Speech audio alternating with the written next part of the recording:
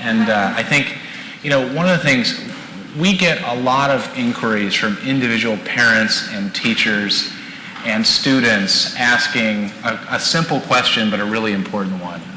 How can I bring STEM into my school, my daughter's school, my community? This is something that people are crying out for all across the country to try and find opportunities for their kids. And the most touching messages for me are, I will get a voicemail at least once a week from a grandparent who says, my granddaughter is going to a school that's really struggling, and can you help us find a way to bring a STEM program or a computer science program into that school?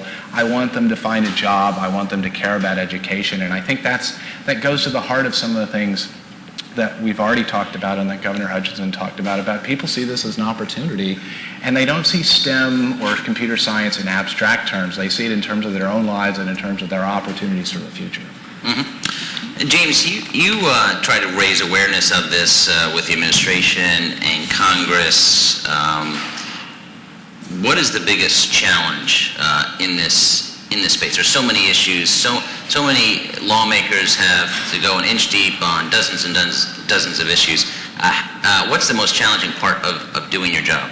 Well, to put it simply, it's that we don't have enough Governor Hutchinsons. I mean, there are a lot of people who talk about STEM education as a priority, but for few governors or elected officials in Congress is it their top priority. And that's part of the challenge. Is if you want to do something about this, you really got to have leadership to say, this is our top priority. That's the challenge of moving Congress in a particular direction.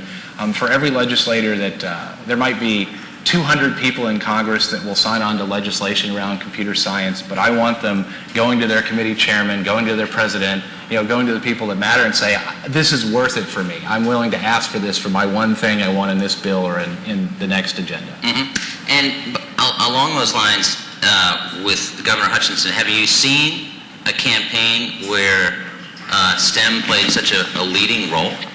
Well, it is increasingly becoming a part of the agenda of people who are administering government at the state and at the city level. Mm-hmm. There are now mayors of big cities who are running on this as well as governors.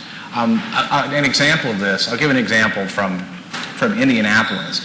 The current mayor of Indianapolis, Joe Hogsett, ran on a campaign of public safety, bringing safety to the streets of Indianapolis where they have crime issues. And one of the things he campaigned on was, let's take our summer jobs initiative and turn it from something just to get at-risk youth off the streets and maybe get them a meal and get them an opportunity to be in a safe space, to getting an internship at a local company, or finding an opportunity to improve their skills. So you're bringing together issues like public safety or economic development with STEM education.